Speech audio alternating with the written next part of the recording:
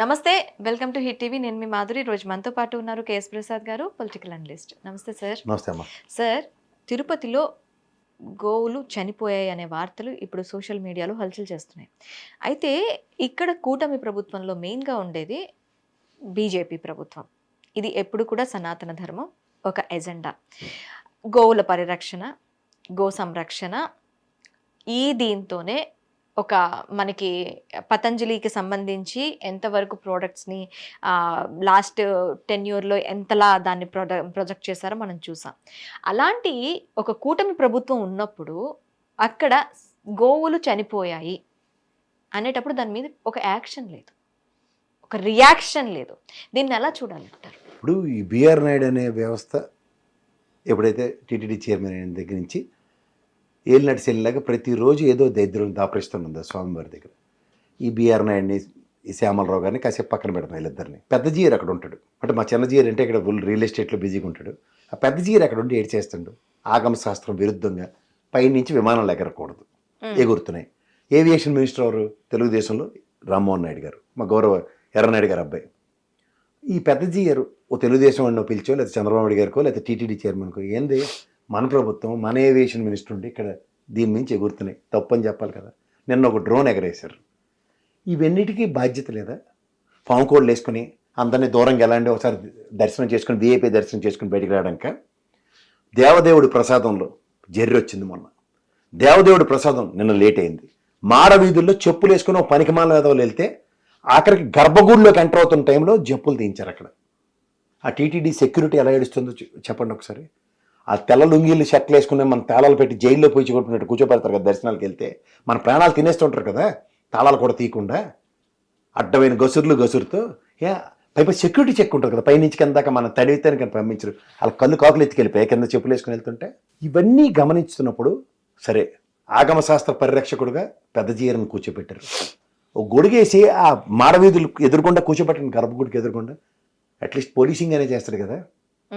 దేనికి మఠాలు కర్రకి జెండాలు కట్టుకుని ఊరికే ఊగిపోతూ ఉంటారు కదా. రామతీర్థం తల తెగిపోయినప్పుడు ఊగిపోయారు కదా.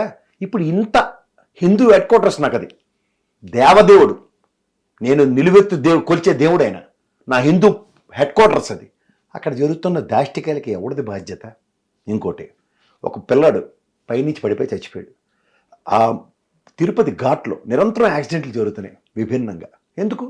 ఆ దేవదేవుడు ఇమీడియట్గా పనిషింగ్ క్లాసే ఎక్స్ప్లోర్ చేస్తాడు. గురువారం శుక్రవారంలో అబద్ధాలు చెప్పరు పైన గుడి, తెలుసా నీకు? తిరుమలలో ఇమీడియట్గా చూస్తారు అక్కడ నిదర్శనం. అంత పవిత్రత ఉంది అక్కడ. పైపెచ్చు ఆవుల విషయం, నా ఇంట్లో తల్లి అంతా గోమాత అంతా. బయట ఇంట్లో గోమాత కనబడితే దండం పెడతాం ఎవరైనా. హిందూ సాంప్రదాయాలకి విలువలకి గోమాతకి అంత గౌరవం. ఆర్టికల్ 48 కేటగారికల్గా చెప్తుంది, గో పరిరక్షణ ఎప్పుడైతే గోశాలల్లో జరుగుతుందో వాటికి పీరియాడిక్ చెకప్స్ చేయాలి మెడికల్ హెల్త్ విషయంలో. అలాగే నెక్స్ట్ వాళ్ళకి దానా విషయంలో ప్రాపర్ ప్రికాషన్స్ తీసుకోవాలి. ఇవన్నీ జరుగుతున్నప్పుడు టీటీడీ చైర్మన్ గౌరవప్రదమైన బాధ్యత, అంటే గవర్నర్కి ఇచ్చినట్టు ఒక పోస్ట్ ఇస్తారు, పార్టీకి సేవలు చేసినందుకు తరించిపోయి. ఈ రోజు దాకా టీటీడీ చైర్మన్ ఎవడు ఉద్ధరించి ఉల్లేలినోడు ఎవడు లేడు. నేను అందరినీ ఏకతాటి మీద కట్టే మాడుతున్నా.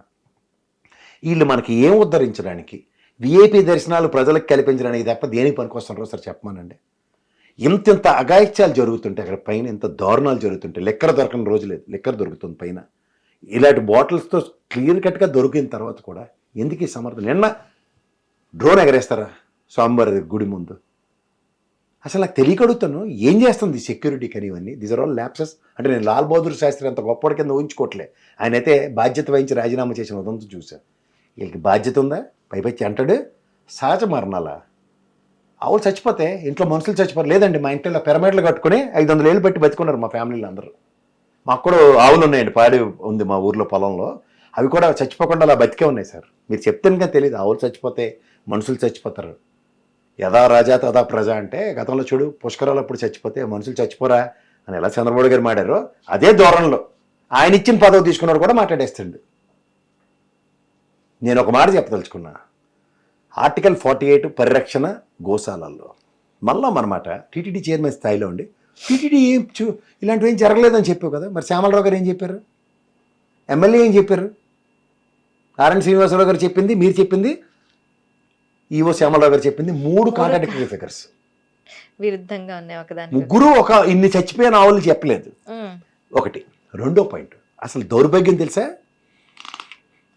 వైకుంఠ ఏకాదశి రోజు మీ తెలుగు తక్కువ నిర్ణయం ఒకటి ఏడిసించోండి, ఏది పైన టికెట్లు ఎవరు కిందనే ఇస్తారన్నప్పుడు స్టాంపేడ్ జరిగి చచ్చిపోయారు.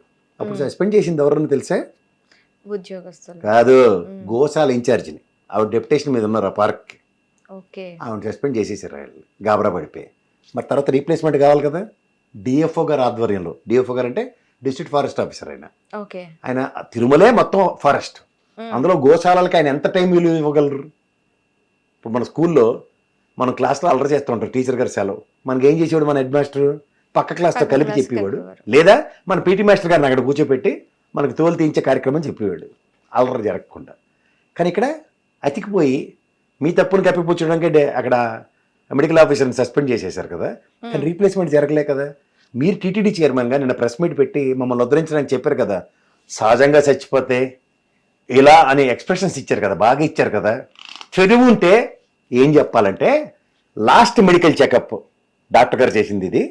దీంట్లో చచ్చిపోయిన ఎన్ని ఆవులు ఉన్నాయో ఇన్ని ఆవులు సహజంగా బికాస్ ఏజ్ రీత్యా, ఇవి దానా లేక, ఇవి ఆరోగ్య పరిస్థితులు పోలేక అని టేబుల్ మాకు రిలీజ్ చేశారు అనుకోండి, నేను నమ్ముతా.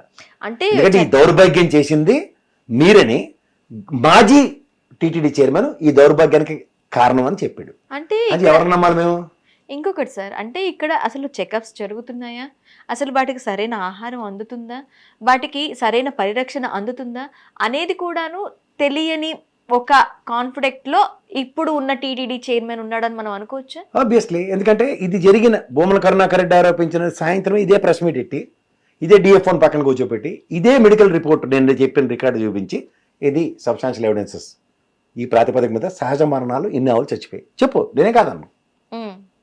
కానీ మా ఇంట్లో కూడా ఆవులు చచ్చిపోతున్న ఉదంతాలు ఉంటాయి, మీ ఇంట్లో కూడా ఉంటాయి. పాడి ఉన్న వాళ్ళు ఎవరైనా సరే ఆవులు ఎలా చచ్చిపోతాయి అందరికీ తెలుసు. కానీ ఇక్కడ స్పెసిఫిక్గా ఆర్టికల్ 48 ప్రకారం it is your responsibility to take care of that. Instead of that if you give deliberation and biased statements, not tolerable. Hit TV app, ఇందులో short news, live news, entertainment shows, movies, digital magazines తో పాటు మీ జిల్లా వార్తలను కూడా ఫ్రీగా చూడొచ్చు. ఇంకెందుకు ఆలస్యం, వెంటనే హిట్ టీవీ యాప్ ని డౌన్లోడ్ చేసుకుని ఫ్రీగా ఎంటర్టైన్మెంట్ పొందండి. Hit TV app, hit TV app, please download hit TV app. Hit TV app ని ఫ్రీగా డౌన్లోడ్ చేసుకుని ఎంజాయ్ చేయండి. మీకు నచ్చిన ఎంటర్టైన్మెంట్ కోసం హిట్ టీవీ యాప్ ని ఫ్రీగా డౌన్లోడ్ చేసుకుని ఎంజాయ్ చేయండి. హిట్ టీవీ యాప్ ని డౌన్లోడ్ చేసుకుని ఆస్వాదించండి, ఆశీర్వదించండి. ఇంతమంది సెలబ్రిటీలు హిట్ టీవీ యాప్ ని డౌన్లోడ్ చేసుకోండి అని చెప్తున్నారంటే ఎంత మంచి యాప్ ఆలోచించండి. అమెరికా అమెరికా అమెరికా అమెరికాలో చదవాలనుకునే వాళ్ళకి విశ్వసనీయమైన పేరు మన శౌర్య కన్సల్టెన్సీ. UK లో 1 year masters, UK లో 1 year masters, 2 years work permit up to 5 years visa. Contact Saurya Consultancy. Contact 89851 89851.